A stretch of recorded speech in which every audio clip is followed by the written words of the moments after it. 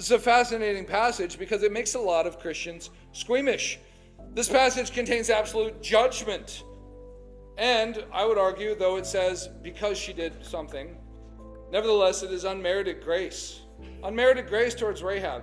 Yes, why is it that she's preserved? Because she functionally preserved the spies. But the Lord didn't have to extend grace even in that moment because she is nevertheless a harlot and a sinner. And God shows mercy to Rahab and her family.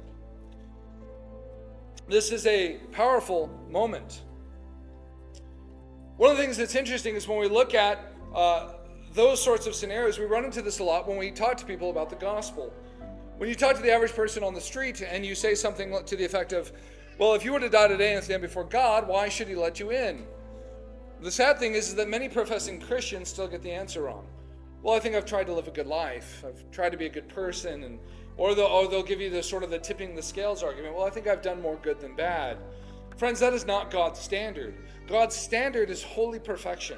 This is why the gospel is necessary, because if I were to stand before God, having lived a life of mostly decent good works, and yet nevertheless have the sinful nature of a human being, I am in no way worthy of approaching a holy and perfect God.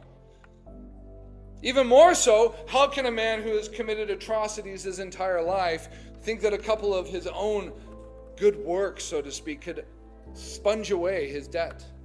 This is why Christ's death is necessary. Christ is the one who sponges away the debt of sinners. He is the one who says, "Tetelestai, it is finished, paid in full."